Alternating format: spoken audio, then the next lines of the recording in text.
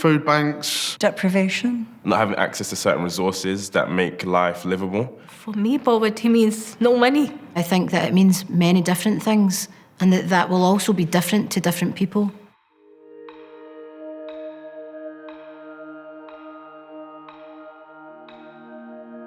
Saying 1 in every 5 people is living in poverty in the UK. 1 in 5. Well, that doesn't really surprise me. There's 5 of us in here. I'm the one on camera, so I guess I must be that one. Fun times. I grew up in an actually affluent part of Glasgow. I knew we were poor because I was hungry a lot. I had to have cardboard in my shoes when there was a hole. My husband walked out. I ended up with just my pension and no other income. For me, I became homeless at the age of 17. 2 months after my dad died, I didn't have any income. When you don't have money, you don't have control over your life. I have to prioritise a lot. I can't just plan a normal day. I can't even plan to definitely meet somebody in a week's time because I might have no money left by then.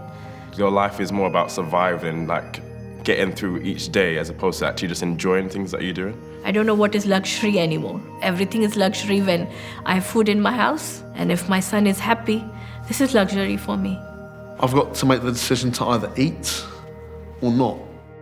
A basic element of survival in life, and I can't choose that on a daily basis. It's constant, it's every day, it's always, have I got enough money in my account to feed my son for the month, clothing for the month, you know, something like a birthday comes up, that messes totally with your budget. The bills are coming, electricity, gas, water bill, council tax, and then you pay for a school lunch. The sports club of school is £20, which I can't afford.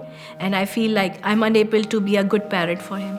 I'm in a situation now, however, where the council is forcing me to move. They're going to put me on universal credit, which means that I will have to wait before I get any help with rent.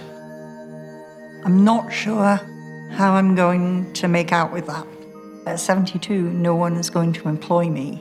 So I think my options as far as increasing my income are just not there. If I'm lucky, I'll have a shift a week.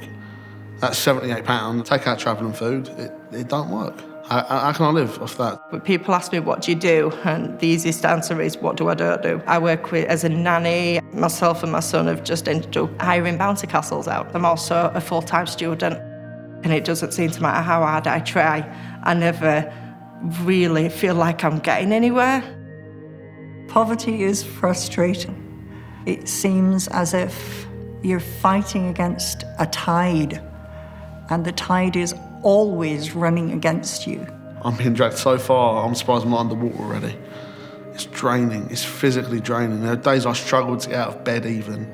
Having poor mental health traps you into cycles of poverty that you feel that you have no way out of. Cuts to certain services has definitely had an impact in how people are supported. I believe that public services are there to keep you safe, protected, and provide your basic needs. You know, you pay into it in your good times so that should you fall on hard times, that you can actually take back from that.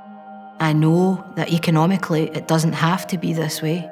And I feel very much that there's much more as a society that we could be doing to change things. It's never right to be living in poverty. It's never right, and especially for children. It's inhuman. It's not right. I think we all need to be a lot more compassionate. The world doesn't work without compassion. Yeah, I feel like people kind of judge, you know, and say that you're not responsible, that you haven't got a clue. I have a few different health conditions and disabilities, so as soon as I open my eyes in the morning, I have to assess how much pain I'm in. I'm sure that there's big sections of the population that just think we need to try harder to get out of poverty. Like, I wish it was that simple, so much. I really do. I'm smiling while I'm saying it, but like, I am crying inside.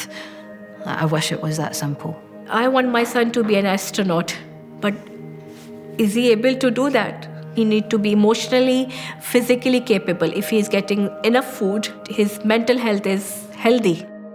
I always live in hope. I've lived in hope for as long as I can remember. And I think you have to hang on to the hope that you can find. I will step back sometimes and go, I've had enough, I'm not doing any more. And then I have to think, no, you can't stop. You've got to keep going. I would say that for anybody living in poverty, I don't think there's any shame in it at all. There's quite a lot of strength and quite a lot of bravery to continue pushing through a situation like that.